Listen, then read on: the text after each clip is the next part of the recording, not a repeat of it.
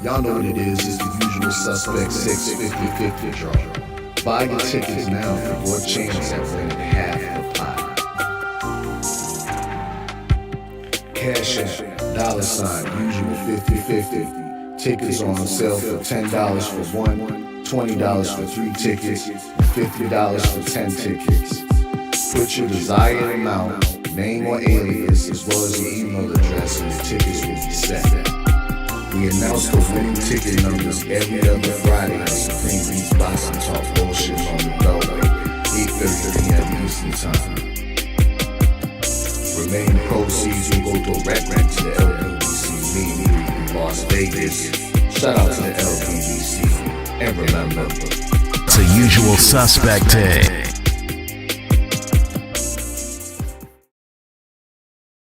Y'all know what it is, it's the Find the Boxer game. Purchase a box for a chance at winning $500. One of 54 boxes has a missing boxer inside. Purchase your box for boxes by Cash Apping, $, usual 50-50. Include your box number, name, and email address. Your box number will be confirmed and sent directly to your email. Each box is $20, with a 1 in 54 chance of winning. Remaining proceeds will go directly to the LBBC meet and greet in Las Vegas. Shout out to the LBBC, and remember, it's a usual suspect day.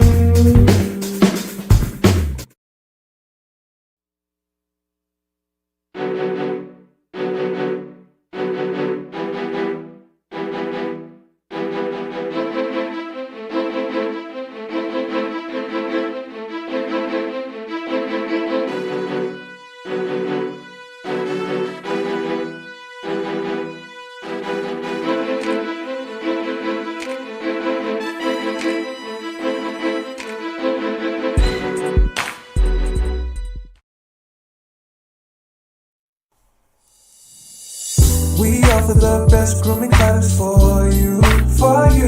Just so natural and handcrafted too. We wanna help be your swagger, style, class, and luxury. We make our products tailor-made for you with high quality. Yeah. So get in style with the black, yeah. Grooming company. Give you swagger, style, class, and luxury. In luxury, yeah. The black, gentleman, yeah. Company. Give you swagger, style, class, and luxury. In luxury, yeah. Located at www.theblackgent.com.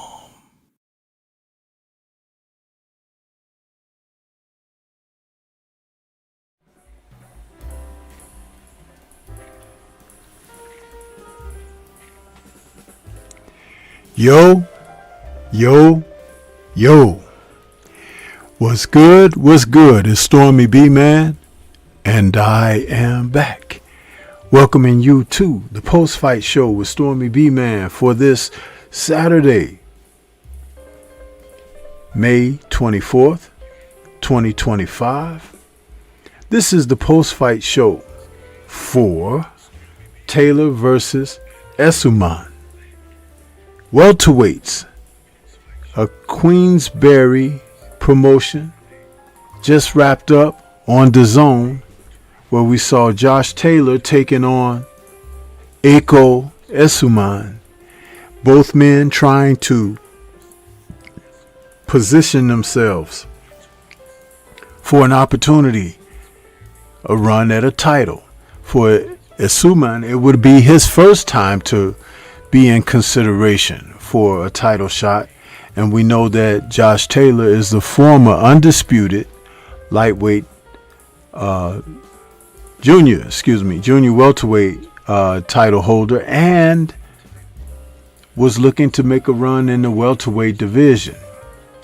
But it was not to be, as we saw that the judges saw unanimously Essuman pull the victory out.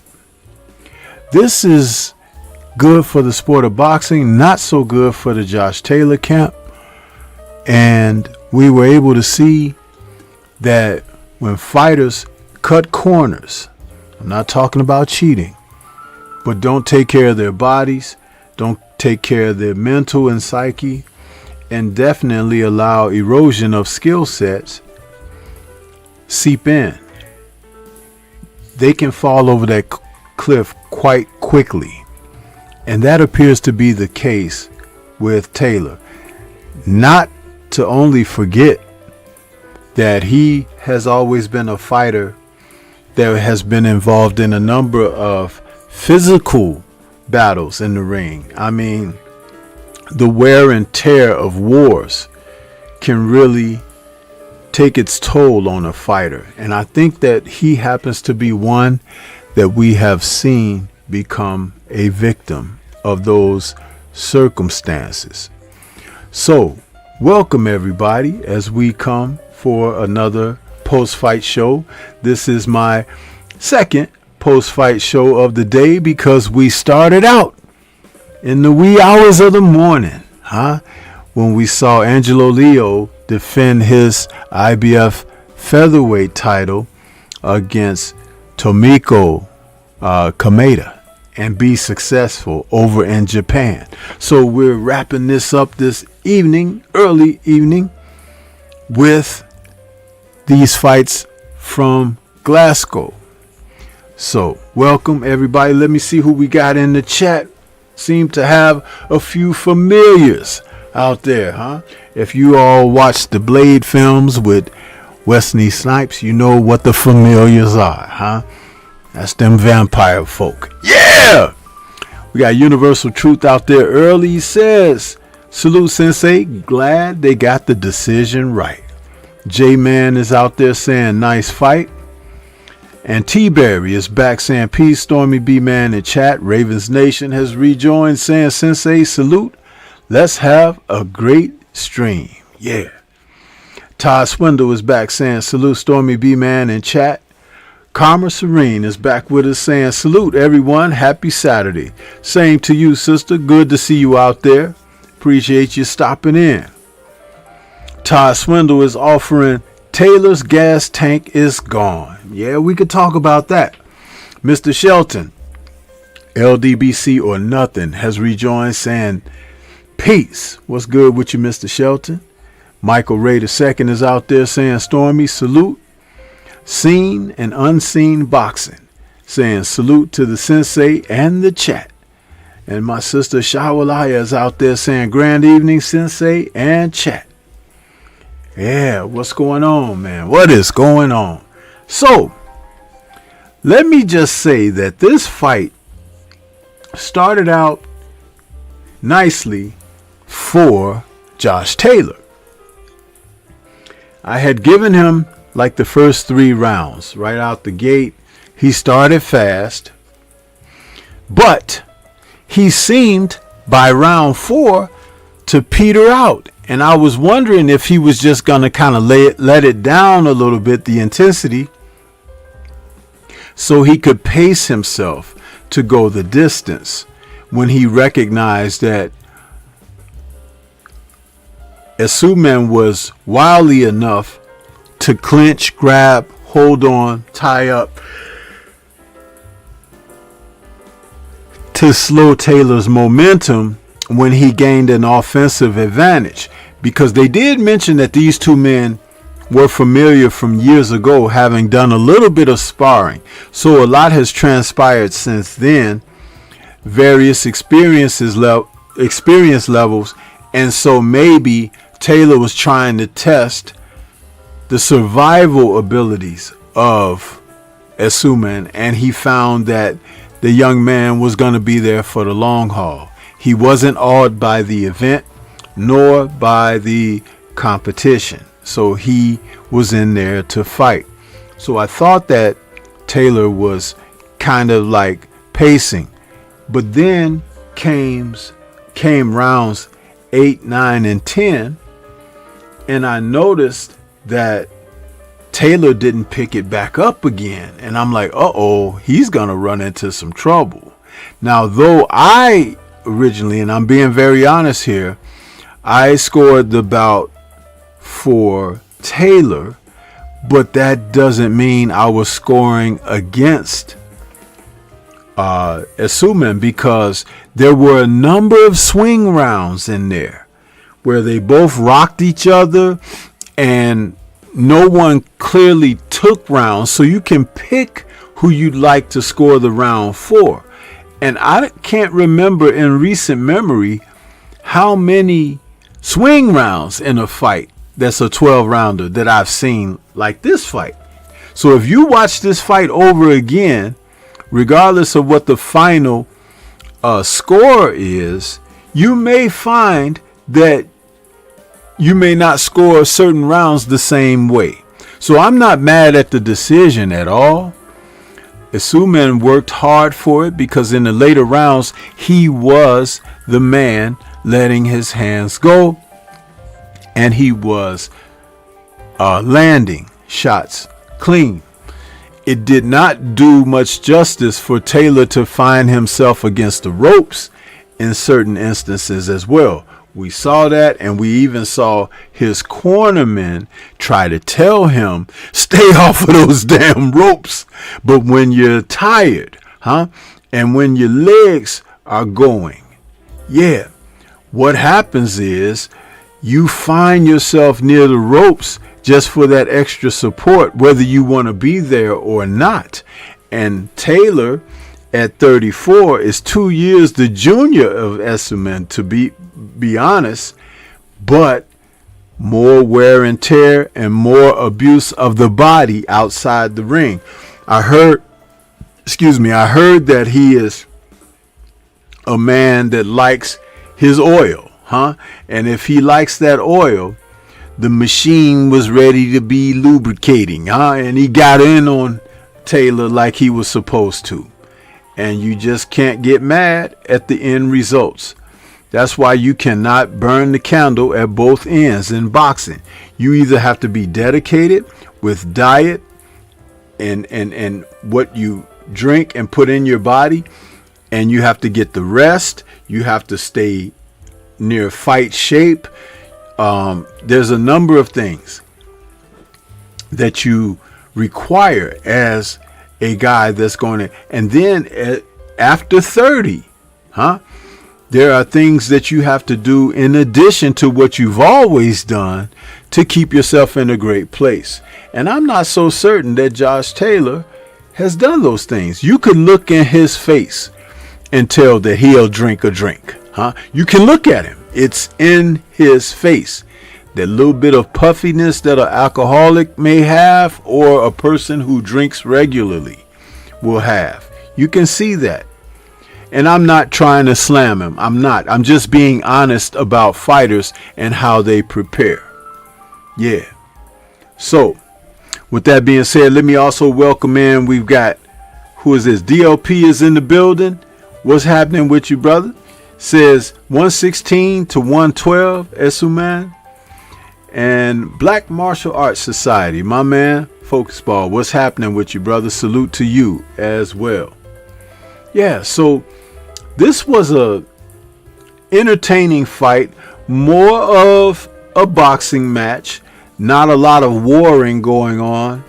But what it did show is that these two men, being familiar with one another, also being versed in the skills that they have, they knew how to take care of one another, meaning, keep themselves safe from too much of a battle or whatever, because again, like I said, both men pretty much in their mid-30s, so you have to consider all of that when you're talking about these fighters, man. And they have to be ready. Now, Essuman, he looks like he's in great shape, and he was fighting with a bit of an edge because his former, I think they said, manager had passed away recently, and he was wearing a memorial on his attire and dedication to that man. So it's like, you think about that, and that's something that someone has put out there to have a tremendous motivating factor, and that's what we like to see when fighters can keep themselves engaged as to why they're going to do what they do, and why they make the sacrifices that they make. You have to find something to fight for. I remember Muhammad Ali saying something like that during his career, as he was on the south side of 30. He was 32 when he fought George Foreman and won his title back. So going forward, being 33, 34, 35, 36, as those years began to flip on the calendar, Ali was talking about fighting with purpose. Because if you're just fighting for the money, you can still get run out of the sport. But Ali would attach himself to certain, how can you say, motivations, that he's doing it for his people. He wants to be an inspiration for people who are derelicts and people who have fallen on their luck and poor and prostitutes and things like that. He often spoke of that, being a champion of causes instead of being a champion because. You see, and when he found those motivations, that's why he could still beat guys well into his 30s who were in their late 20s and early 30s trying to challenge him for his title. Though his skills were eroding and that he just couldn't do some of the things that he was well known for prior to the George Foreman fight. And don't forget, they took 3 years off of his career in his prime, that we never got to see him as a prime Ali. He was 26 years of age when they took his boxing license from him. So just think about what you didn't see from him. The man who was fleet of foot, dancing around the ring and being so exciting. He found motivations to persevere and press forward. Guys like Josh Taylor, you know, when you're burning that candle at both ends, you have to find some real purpose for yourself. And this is a rough sport. As you age, he was never known as a defensive wizard. So to get in there and to have to bang it out or expend yourself, that you don't have the stamina to uphold on the latter end of a 12 or 10 round bout, you can run into a lot of trouble, especially against young fighters who are up and coming and want to make a name for themselves. As such was Essuman, right? Essuman was out there and he wanted it, and you can tell that he wanted it. Mr. Shelton says he's Irish, so duh, yeah. And Shawa says, my husband says that all the time about folks who drink. Yeah, you know, Shawa, it's like, that's one of the things, and you and I had a conversation just recently, and we talk about, you know, what's portrayed as opposed to what's obvious and what's evident. A lot of times they'll make excuses and everything for people, and it doesn't sound good when someone says, hey man, you're a drunk, or you're a lush, or you're a dope fiend, or whatever. Straighten your act up. It doesn't sound very kind, because they're telling you the truth about you, even though you have these clutches that you hold fast to, and you don't want to discuss it, you don't want to talk about it, you don't want to acknowledge it. But you have to be honest with yourself. When people are honest with you, receive it. And if you don't like it, make some adjustments so that you can be better as a result of it. But don't shut down and just have a fit and a hiss over the fact that somebody told you something about yourself that's true, that is not a good thing, and aim for becoming a better person. That's what the whole point is, to tell you to clean yourself up. Now, Taylor may get more fights because I think he's lost this one. He lost to Catterall, and then he lost to Tio. So there may be some more opportunities for him on the horizon, but he's got to decide what he's going to do about taking care of his body if he wants to continue to battle and try to make a payday in the sport of boxing. But there are better ways to make a payday when you're not living right. There are better ways, because you can end up hurt in one of these battles. All it takes is a mix-up and a conflict in the midst of a fight, and you can find yourself on the bad receiving end of news and physical results, and that's not good for anyone. And I don't watch the sport for that. I watch the sport for competitiveness, the mismatch of styles and strategies and tactics, and where people are able to show their ring IQ and the ability to adjust on the fly. Things like that are why I'm drawn to the sport. But never just for the sake of violence, just for the sake of someone going upside someone's head. That's kind of empty right there. But there are a lot of people who watch the sport of boxing just because they want to see a knockout.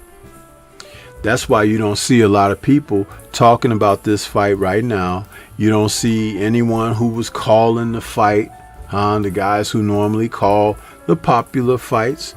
They're finding something else to do.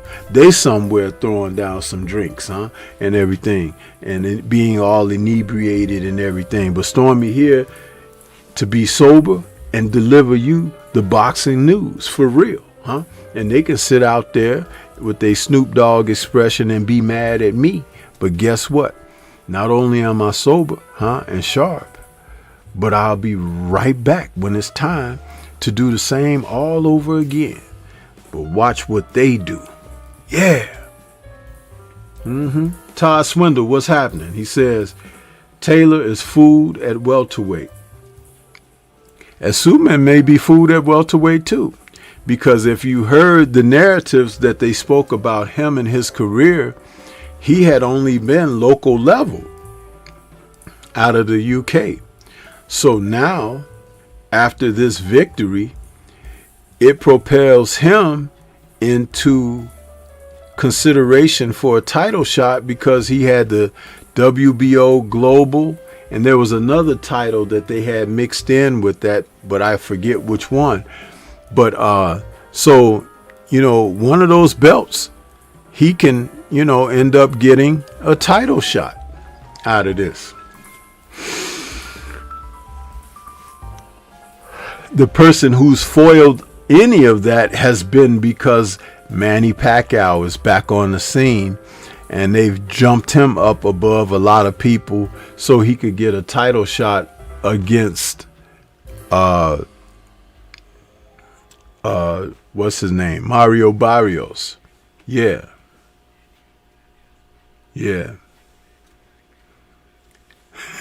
Shower said, I said Echo is food. Yeah, he is. DLP says, yeah, both guys are UK level. Yeah. But I'm going to tell you this, DLP and the rest of the chat. They may be UK level, but guess what? UK has proven that their level has risen to the degree that they have equated or surpassed the Western world as far as the US fighters. A lot of them. So don't sun them as if they're, at a certain lower level of consideration when your own countrymen do not take stock enough in their careers to want to go out and show the world who's best. You got a little guy out there that I refer to as Shitty Cuz, who is still trying to tell the world that they will listen, that he and Keyshawn are too cool of friends, like brothers, to face one another. Now that ain't what Keyshawn is saying. But Shitty Cuz is out there like, you're supposed to just be accepting of that and not make any demand for the best of him. And I'm going to tell you something. He could go into this fight thinking Zepeda is so subpar and beneath him and end up with a surprise. Yeah. It can happen. Yeah. Todd Swindle says they're both going to need great matchmaking.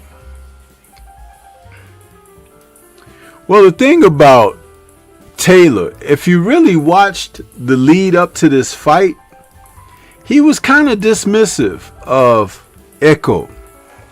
And that's a real lead into what was going to happen as far as, the end result of the fight, because he was a little bit dismissive. But I had watched film on Echo, and what I saw was someone who competes. For a fighter who competes, meaning that's a guy that doesn't give up, doesn't give in, but tries. He's trying. That guy always has a chance, because if you get hurt, cut, injured, run out of gas, or any of that, all of a sudden that person is really in the fight and can win. Yeah. See? You flip it just like that. Every bit as easy. PGH Big Dog, what's good with you, brother? I see you out there. Yeah. Rebar is out there. What's happening? PGA says Shitty Cuz is nasty work. Hey, it's nasty work being Shitty Cuz, huh? That's what's nasty. You get a name like that for what you do, huh? And what you've become. You don't get a name like that. Just, I can see if somebody stink, you know what I mean? But we're not talking about him actually having a scent. We're talking about how his descent as a person and character, his character has fallen way off. So, understand that when I give a nickname or something, I can explain totally to the bone of what those nicknames are and why they come about. See, some people will just try to look for a catchy thing to say or whatever. I'm never worried about that.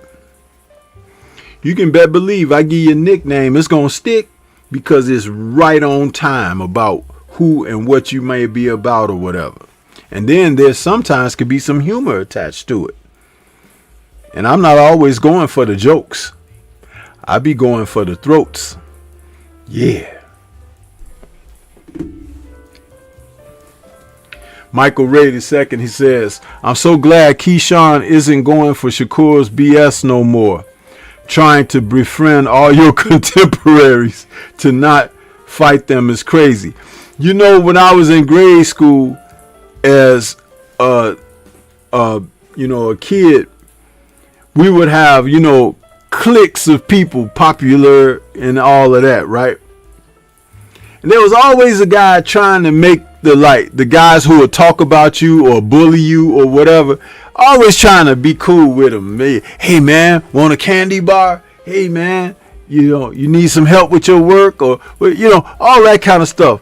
But after a while, those guys they was trying to be nice too. They see through all of that BS and they get right back on top of them even more because they realize, oh, you just trying to butter me up. And it's true. So you see these things happening, right? And you be like, man, listen.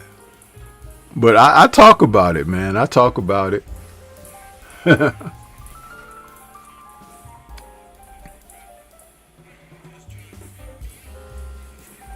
DLP says, yeah, being shitty cuz is nasty work. You better believe it. You better believe it. Now look at all these other guys who've come up. You got Abdullah Mason. You got Lamont Roach. Joe Cordina is still out there. Ain't nobody calling his name whatsoever. Huh? Interesting. You got Anthony Kakachi out there. There's a number of fighters with names and reputations. And Shakur ain't calling nobody out. Ironically, if he has said anyone's name on the low, he has said somewhat like Tank, but he knows that Tank ain't got no interest in him. So it's like, that's just placating, huh? You say a little something here, and then, nothing's going to happen, so you keep it moving. The people need to be on Shakur, though. They need to be on it, huh? Because time running out. Yeah. Time is running out. Now let's talk about that co-main event. I thought originally it was going to be Atuma who was going to be the co-main, but they were wise to make the adjustment and put him as the event before the co-main. But that co-main fight between Nathaniel Collins and Lee McGregor was an interesting fight. I was talking with Shawa and we made mention of that fight, and she was kind of ho-hum about it. And I was like, yeah, but I'm going to let you go. I want to watch this fight because Nathaniel Collins and Lee McGregor, two guys who were familiar with one another from the UK and everything. But these two men came out and battled one another.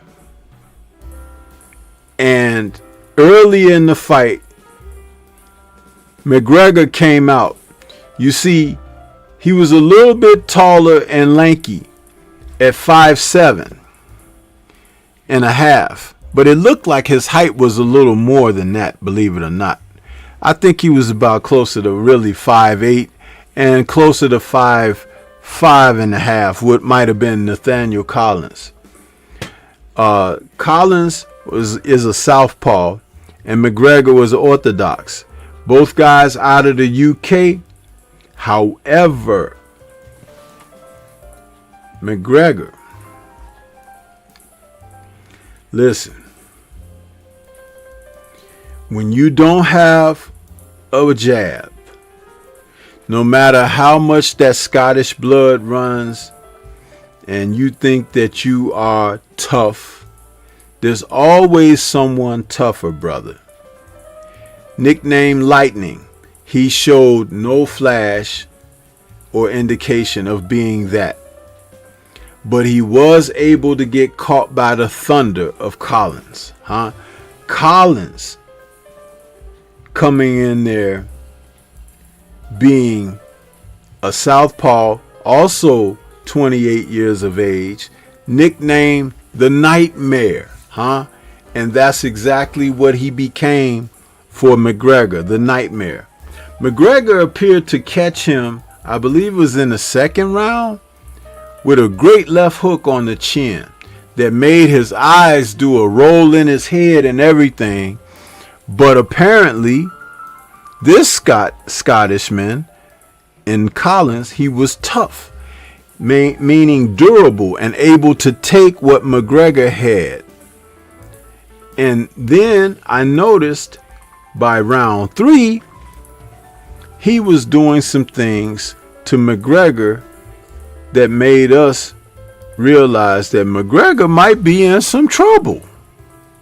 I had given him the first 2 rounds anyway, because what McGregor was doing was trying to bull him into the ropes and smothering his own work and everything, but Collins was punching out of that very well, and he was catching him with some clean shots. These 2 featherweights were fighting for the WBC silver featherweight title. Now that means that Collins can be considered for a title shot before the end of the year. Will he get one? We don't know, but he could be considered for one. Very interesting. But by round 4, he seemingly had broken through McGregor's guard, catching him with some shots that were stunning him. And then all of a sudden, McGregor's on the canvas. And I'm like, whoa, where did that come from? Because even though I'm watching the fight and I'm giving the rounds to Collins, he did something that seemingly broke the spirit of Lee McGregor. And Nathaniel, who is Collins, he was able to show resolve,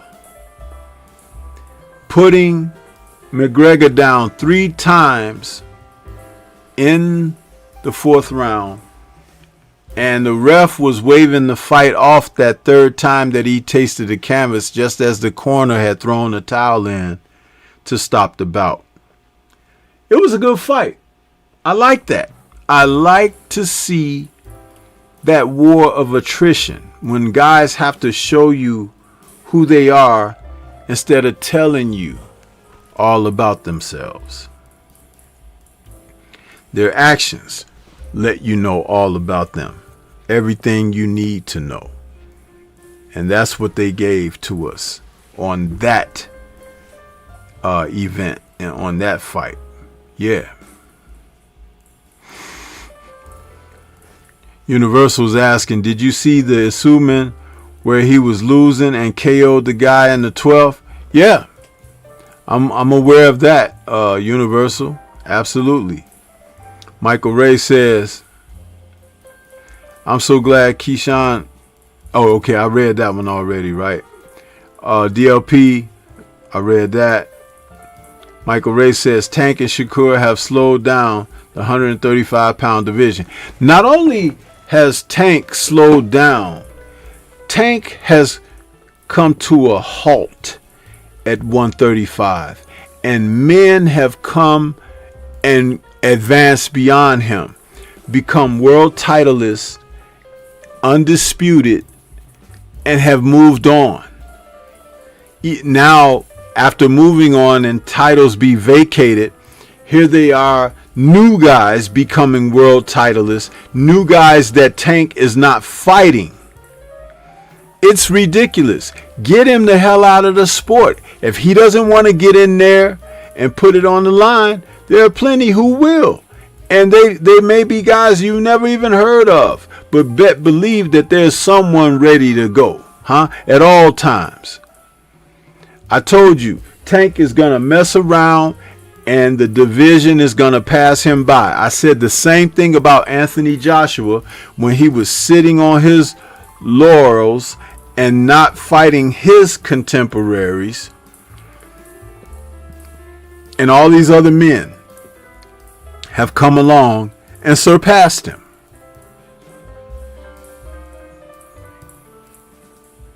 This is ridiculous. Totally ridiculous. But salute to Nathan Collins being a featherweight who showed a little bit of something extra, taking a tremendous shot. That left hook that hit him, man, like I said, it made his head bobble like a bobblehead doll and his eyes rolled back in his head, but he didn't go down. He just focused up, and next thing you know, he tightened up and he got McGregor out of there. So that was good stuff to watch that take place like it did. Great stuff, actually. But again, who is talking about these guys? Nobody. So here I am enlightening you all. If you watch boxing and you start to follow up on this and you see these different guys, you be like, oh, this is the guy Stormy was talking about. Let me check him out. Oh, this guy's not too bad. It's not that he's not too bad. It's just that the other guys are really bad and they're not doing what they're supposed to do. But what you're supposed to do, just sit down and wait on them? Absolutely not. If somebody gonna tell you I ain't cooking dinner, what you gonna do? Cook for yourself? Go out and get you something, order in or whatever. You're gonna sit up there and be like, well, they ain't gonna cook for me, so I guess I'll just go sit here and be hungry. You fool. Michael Ray II says, all on Tank's watch. Yeah. All these guys. Look at Lamont Roach now. We know about him because Tank couldn't handle him, messing around thinking that he was pulling another guy up from 130. He didn't pull up Oshaki though, right? He didn't pull that guy up. He didn't pull up what's his name? Robeson Conseco. He didn't pull him up, did he? He didn't do that. He didn't even try to pull up, what's his name? Navarrete or nobody like that. He tried to pull up a guy that we don't know too good, but it'll be good for him if he just took this guy out and he could say, well, see, I did fight another brother or whatever, right? Wrong. Lamont Roach said, I'm your Huckleberry, and commenced to knocking them braids into Tank's eyes where he had to take a knee, and go to the corner and get somebody gave him a kiss on the lips in the corner when the ref should have been counting, whatever that was, dipping your head through the ropes outside the ring saying, give me some sugar while I'm in. What was that all about? Man, if you don't sit your ass down somewhere. Please. No.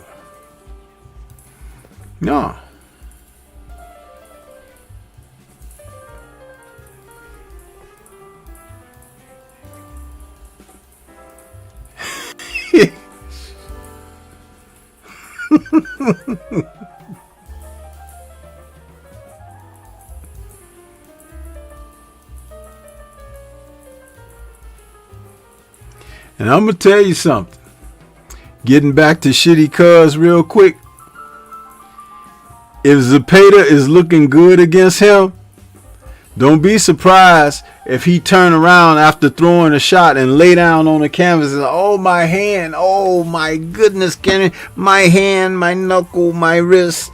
Don't be surprised if you see that, Because he gave you a precursor of that last fall when he was in the gym and he barely threw that body punch that appeared to hit the guy on the forearm or whatever, and then he laid down on the canvas, but he touched the canvas with the same hand that he allegedly hurt. So he put weight on it as he went to the. If it was really hurt, he wouldn't have put weight on it, huh? You just hurt it and you put weight on it and then go down. No, you're gonna tuck and fall on your shoulder or something, right on your arm. Man, please, come on now. But he back to talking that talk. And the only thing that'll stop that is a fist to mouth, huh? In the ring. Yeah.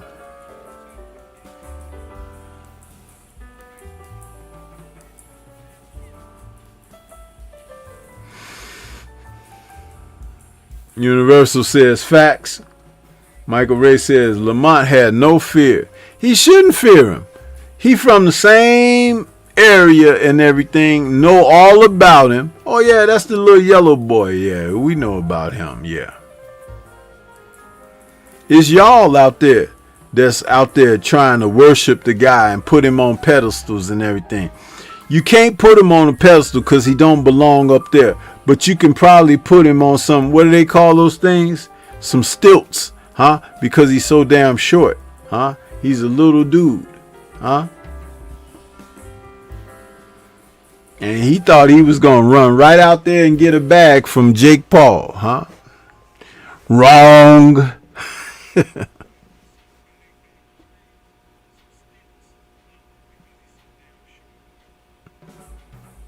Mm-hmm. Isaiah GQ, that's right, yellow boy, huh? He don't act like no man, he act like a boy. And a boy that got feminine like qualities about himself, huh? Yeah.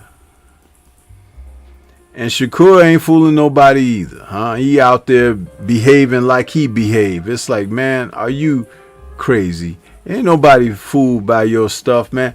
Keyshawn is getting ready to go out there and fight a guy you should have rematched, De Los Santos.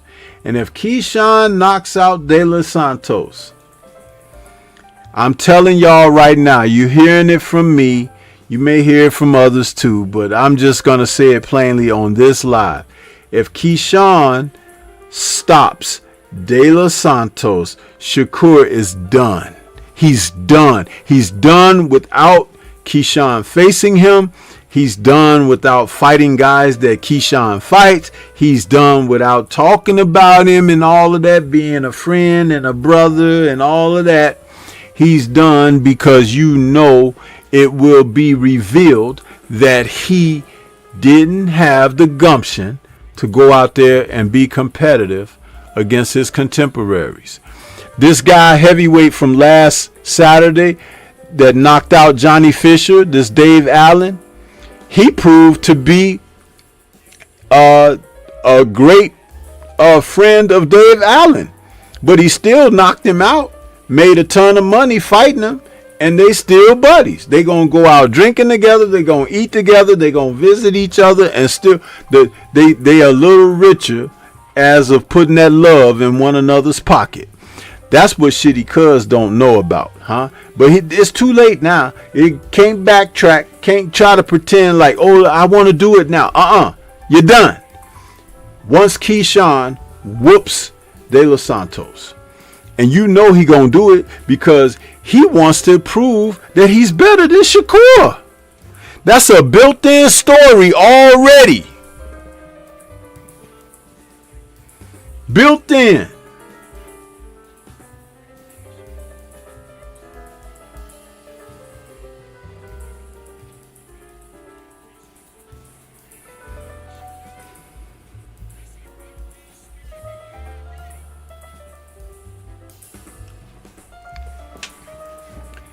Well, see, I'm going to tell you something, PGH Big Dog.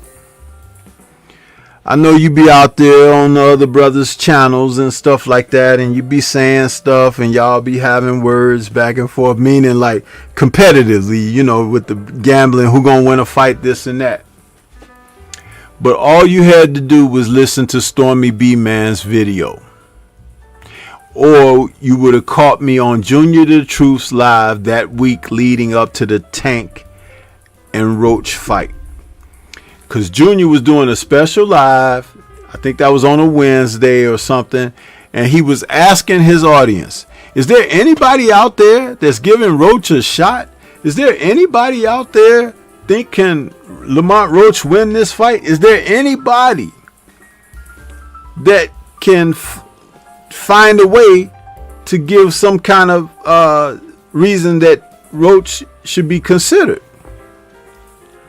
I wrote in Junior's chat, yes, with capital letters, YES.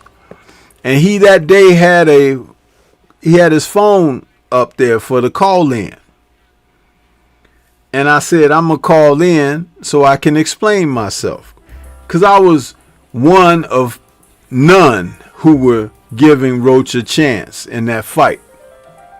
And I called in and he asked me. And I'm not going to go too much into the details of what I said to repeat myself. But simply I told him, I said, Roach has an opportunity against Tank because though he's suffered a setback already in his career, not only has he come back from the setback against Jamel Herring, but he's come back improved. He's come back being a fighter who will put it on the line and go for it instead of just being content about going to the judges. And that was something that I saw in his subsequent fights after having faced Jamel Herring. In a fight that he could have won, but he didn't apply and assert himself enough during that bout to get the favor of the judges. He learned a lesson.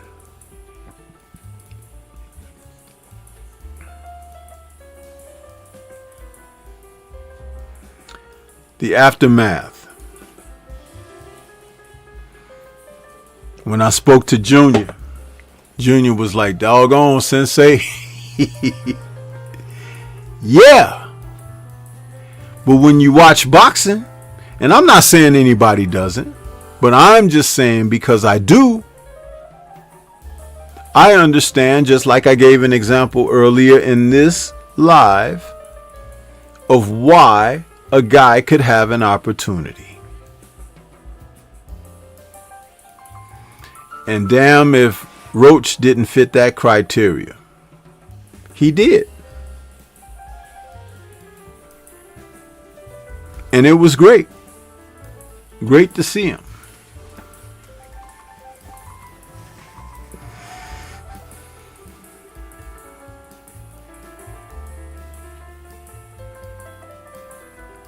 So, PGH, pay more attention to Stormy's breakdown videos and premieres, man. You'll save yourself a lot of anguish, man. A lot of anguish. Showers out there, she could tell you. She'll tell you all the time, well, Stormy was talking about this. Stormy laid that out. Stormy mentioned this and that. She's right there. You can consult her and she can tell you. There's some others who are out there that frequent that won't write in the chat. But they out there right now because they're pen to paper, taking notes.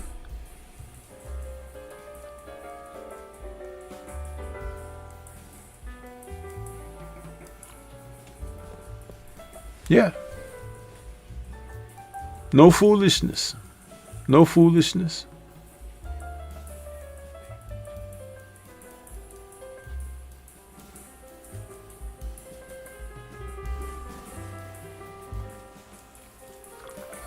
See, Shower, that's one of the reasons why there's so many of them. They won't write in the chat. They won't hit the like button. But they'll try to absorb all of this. But they can't. You know why? Because what I do is natural. No fillers. Gluten free. Yeah.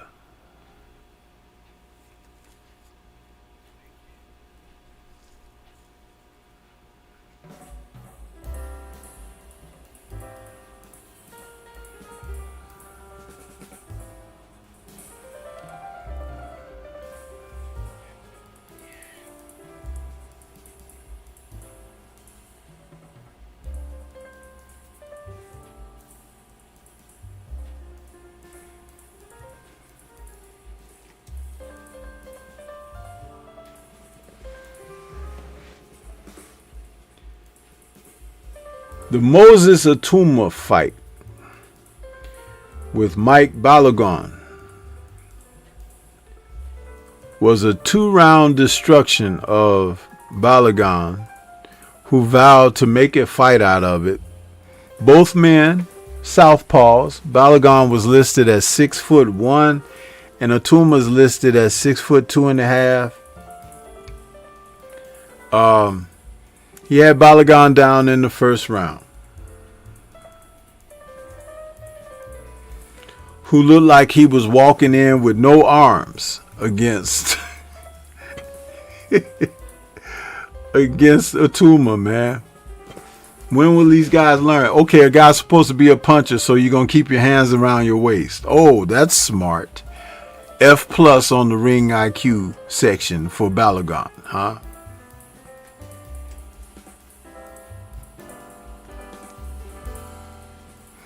The boy was laying down so quick on the canvas, you thought he was getting in bed with a Kardashian or something.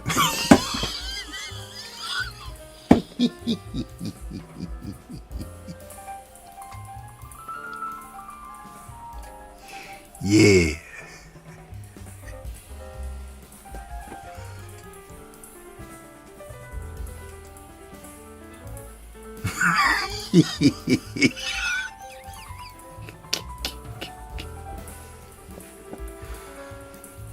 Yep.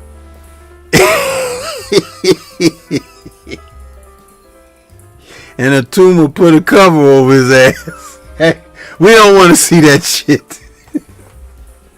Cover him up. Hasta la vista, nigga. Get out of here. What the hell? Mike Balogun's record was a padded 25-1 or whatever. Dude, you look horrible, man. Don't you ever try to fight on TV again. I don't mind you fighting in some old school gymnasium or something, but don't ever grace the television airwaves of Dazn or anything ever again. Go sit down somewhere. Ridiculous.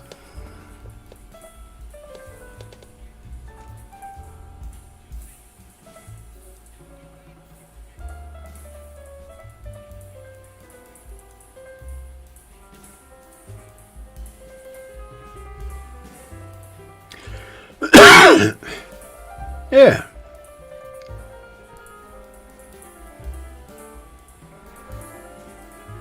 I bet the only time he went down any faster than that was when he went down when they said dinner's done. He went to the table, and sat down.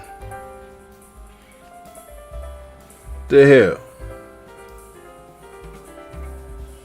Coming out there disgracing the sport of boxing with that foolishness.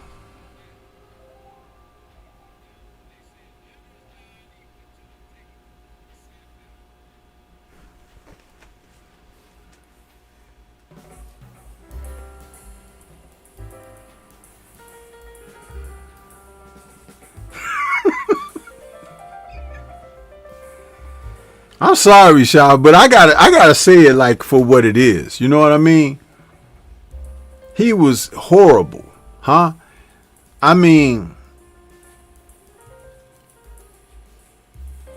his ring walk shouldn't have even been a ring walk.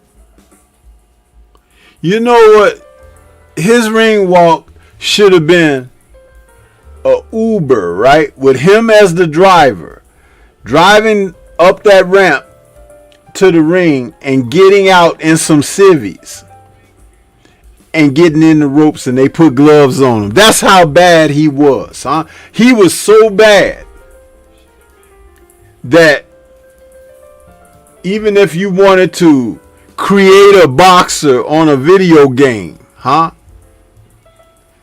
You couldn't have created one that bad, huh?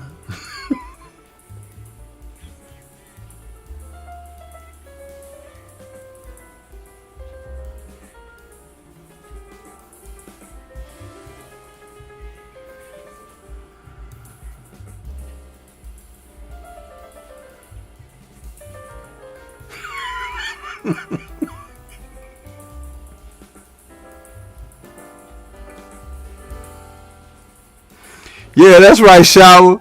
They should have just ushered him into the ring. No music, no lights. He just appears. In fact, if they did play music, they should have played that damn funeral music. You know that dun dun dun dun dun dun dun dun dun. That's what they should have played for his ass, and brought him in a coffin, huh? Or at least carried the coffin empty, huh? So that when the fight was over, he could get in it when they take his ass out the ring.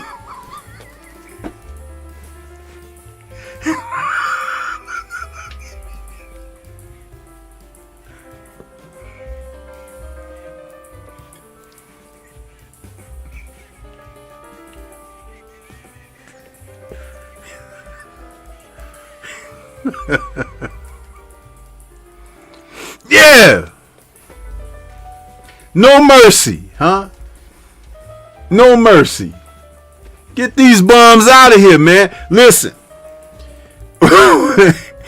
Now, Atuma might turn out to be a decent fighter one day, but not beating dudes like this.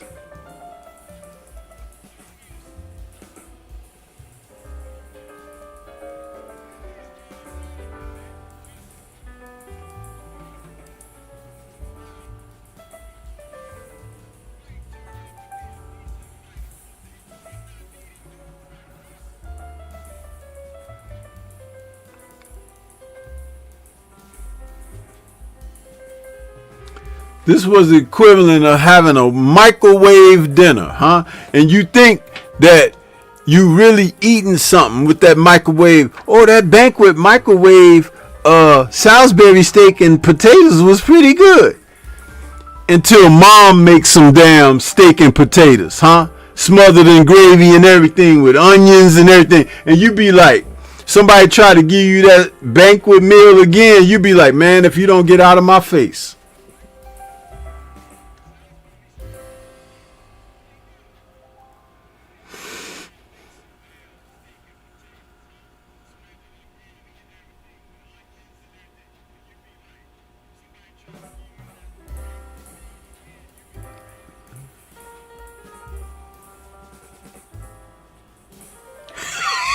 Shit. I'm just saying it for what it truly is, man. It's like I wanted to see Atuma get tested and go some rounds and everything, but he can't even get out of the first I won't even say first quarter, what do we call it? The first 10% of a fight, because guys can't stand up beyond 2 rounds. That's matchmaking like a son of a gun to me.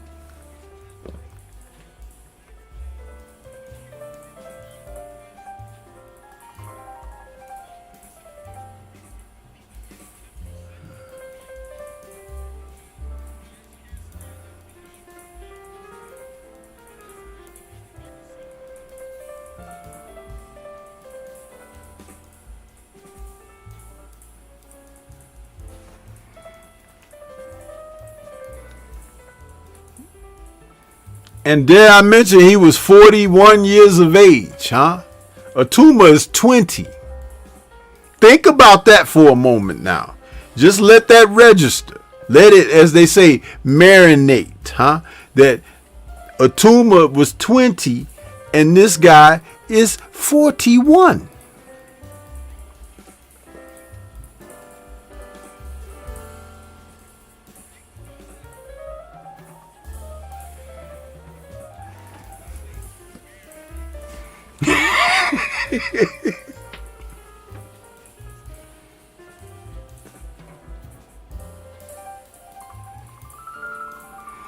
And all of the damn ringside personalities and the people over in the UK and the commentators on the ringside, they're all sitting with their jaws slack and their hands on their jaws like this. They're like, oh, wow, Moses Atuma, my goodness, what a bright young fighter out of the UK, blah, blah, blah, blah. I'm like,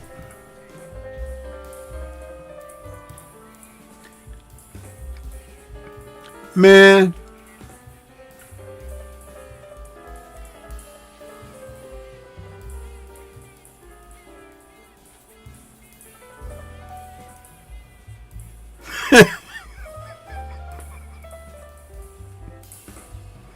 You already got a dynamite heavyweight that you don't want to acknowledge.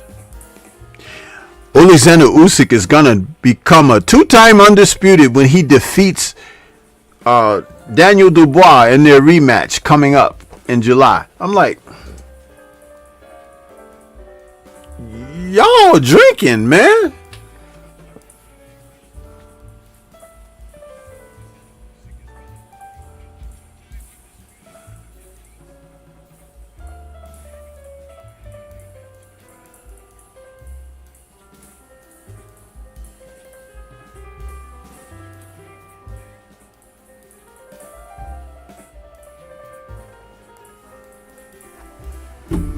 And that's what they're trying to get, Shower. They're trying to get Bacoli right away because he's still 300 pounds. If Bacoli could get right back down to 250 like he used to be, you would see the same thing done to Atuma that was done to Jared Anderson. And by the way, where's Jared Anderson? Has anybody seen him? Have you seen his security pet, Where yet? That's all I want to know.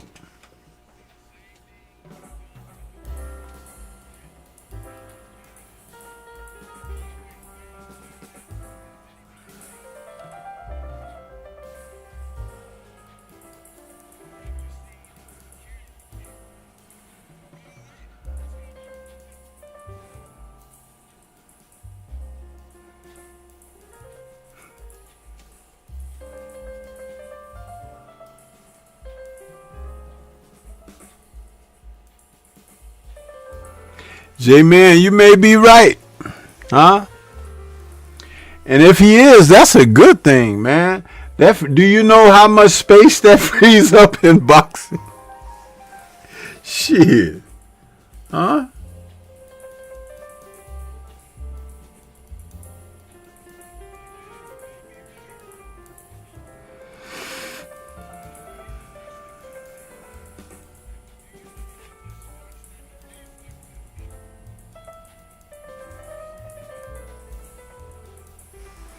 Shit, that money even had an impact on Bacoli, because if you look at Bacoli, man, he don't look like he missed one of them banquet dinners in a minute, right?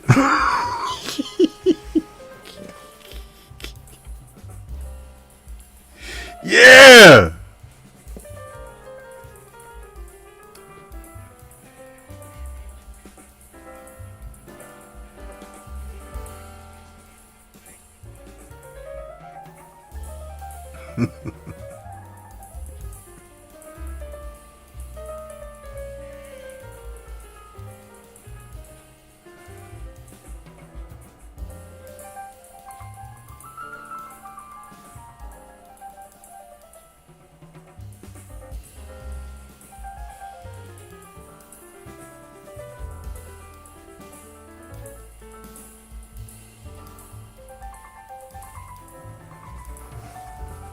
Anyway, in the opening bout, there was a cruiserweight battle between Alois Jr.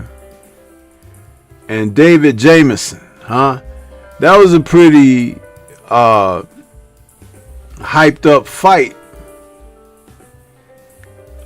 Alois comes into the battle. He's 22 years of age. He's a cruiserweight guy, 6 foot tall. And David Jamison was a little bit taller because, but 33. And Alois is a muscle-bound dude. He kind of puts you in mind of, what was his name? The cruiserweight that moved up to heavyweight from the UK. The one that fought Riddick Bowe.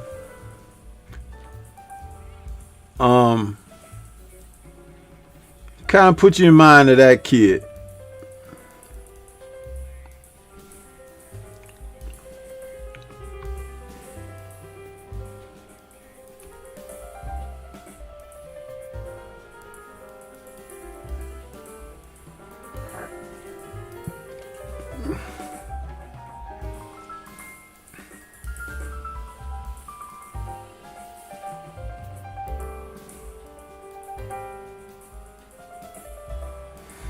But I noticed something about Aloys. They've been feeding him a steady diet of these Slavic guys and, you know, these European guys, and he ain't fighting no brothers, huh? Interesting.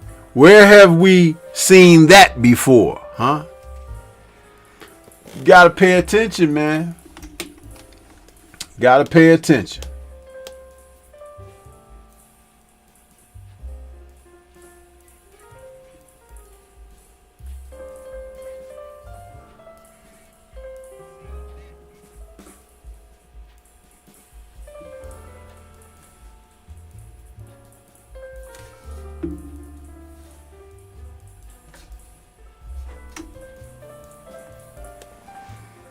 But yeah, once he hit Jameson with a solid shot, the fight was over. Jameson looked like he was a guy that was ready to go to the canvas on cue, huh? I keep telling you guys, you got to know what you're looking at sometimes. Some of these fights are setups. Some of them are competitive bouts. But we saw on today's card a mishmash of everything. The Taylor Essuman fight was a legitimate fight. Collins versus McGregor, one guy was told that he was better than he really is, and that's Lee McGregor, huh?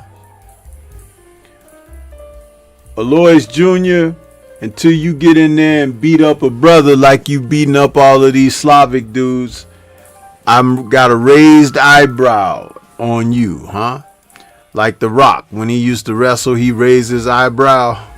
I'm looking at Aloys like that. And show me some damn boxing skills. That's right, Universal Truth. Show me some damn boxing skills. Don't just show me that you could be a black Ben Grimm out there. It's clobbering time, huh? I want to see you box. I want to see you get some oxygen in them muscles after they get tired after 5 or 6 rounds, huh? Fight scheduled for 12, but you ain't going past 3. Nah, bruh. Nah, we ain't doing that. Atuma versus Balogun. That was a setup, huh? Yeah. And we just saw a few of those. It's time to get in there and get some real experience, man. Somebody hit you in your mouth.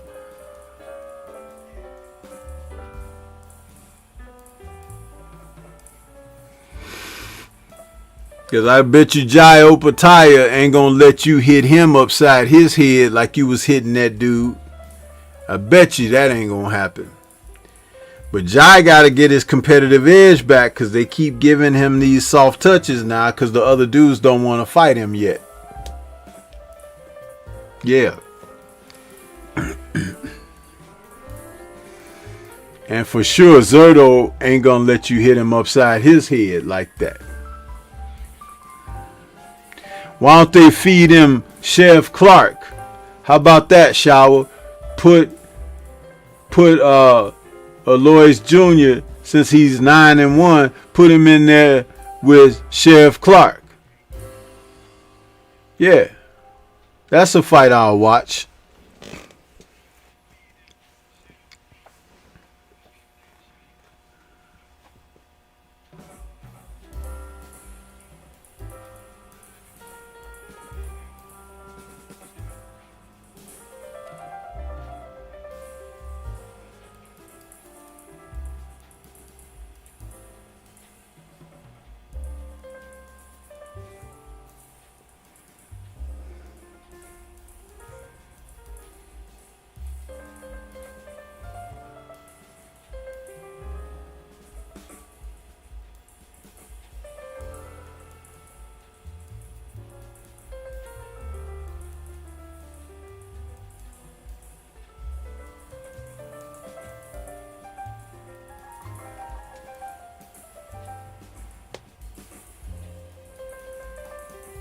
Yeah, I mean, listen, we got to see. Or put him in against that guy that beat Chef Clark.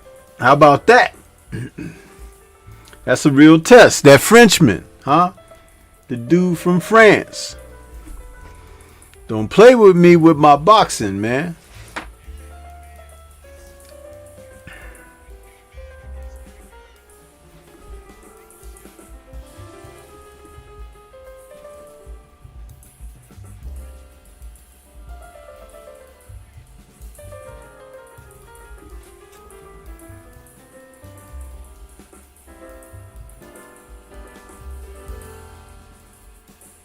Okay, I'm gonna check that. I'm gonna check that email out. I'm gonna check it. Yeah. I'll do it after I go off air. But yeah.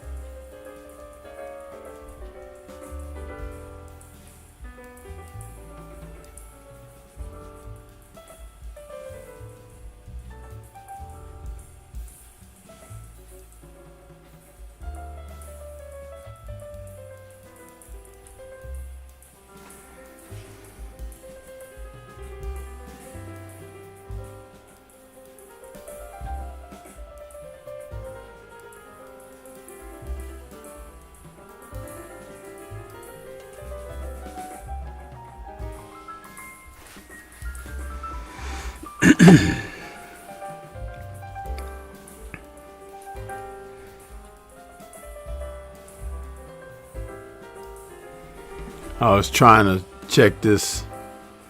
I was sent.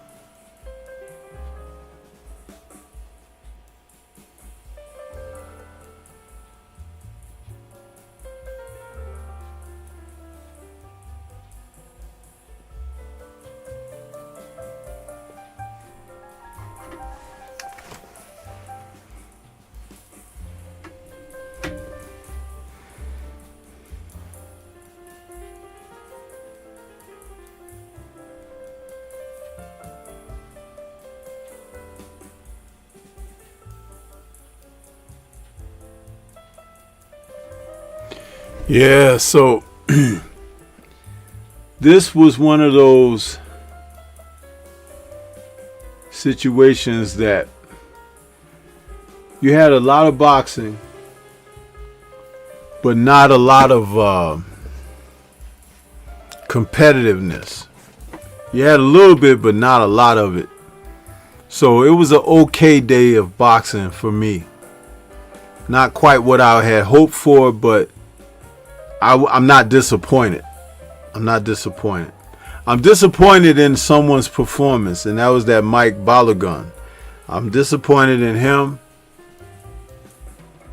And I actually honestly say I'm a little bit disappointed in Josh Taylor, because to be coming back and moving up to a new weight class and everything after having your time off, you really laid an egg, man. You laid an egg, and you stunk up the joint.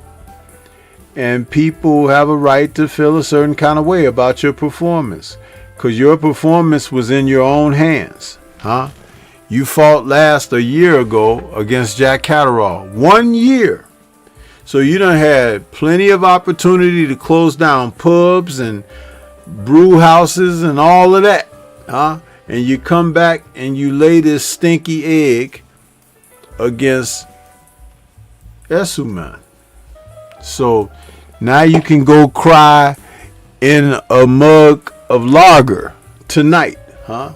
Yeah, how about that?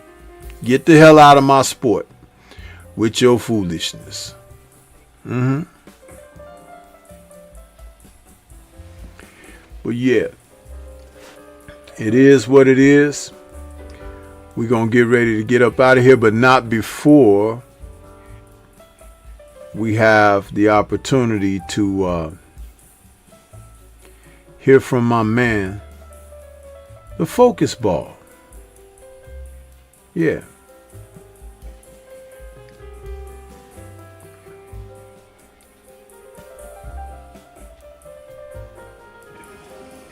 Get ready to take your striking game to the next level with the Focus Ball. Dramatically improved footwork, timing, head movement, hand-eye coordination, reflex, and overall fight IQ. It's lightweight and extremely portable, so you can train every time, everywhere. When you don't have a coach to do mitt work, get a Focus Ball. When you don't have a heavy bag to hit, get a Focus Ball. When you don't have a sparring partner, get yourself a Focus Ball. And when you just want to have fun punching and kicking, get a Focus Ball.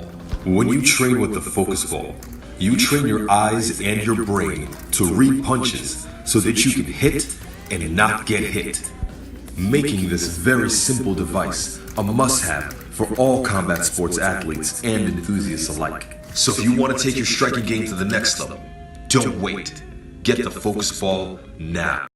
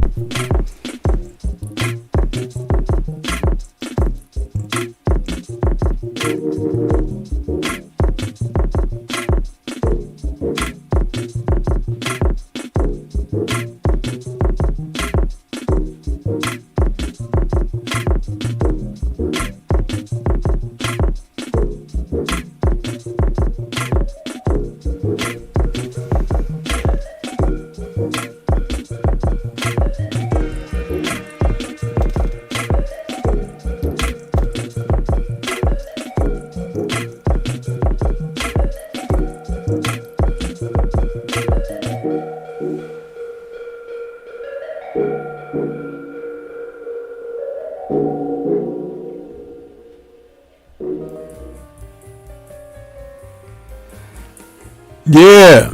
So we come to the end of another post-fight show, huh? This is one of those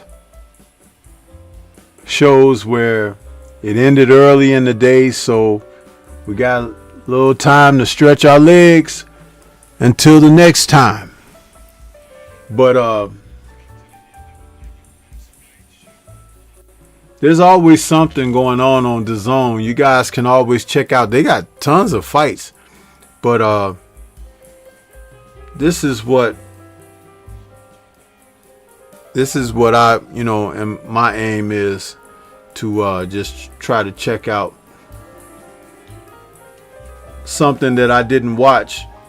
Like I had been wanting to watch the other fights that I wasn't able to see. And then Dazn has some other broadcast of fights. So, just look for some fights on there. They got tons of fights on Dazn. Queensberry, Matchroom, a couple of other different promotional companies are on there. So they're keeping it busy. But just know that I'm going to be out here doing what I can. There'll be some premieres coming this upcoming week. And we'll be all getting set for next weekend's bouts. But this has been Stormybman and the post-fight show for Taylor versus Essuman Welterweights. It was broadcast live on Queensberry, from Queensberry Promotions on Dazn. And I want to say shout out to the mighty LDBC, and we will catch you guys on the next one. Peace to everybody. Enjoy the rest of your holiday weekend. Yeah, because it'll come and go very fast. Yeah.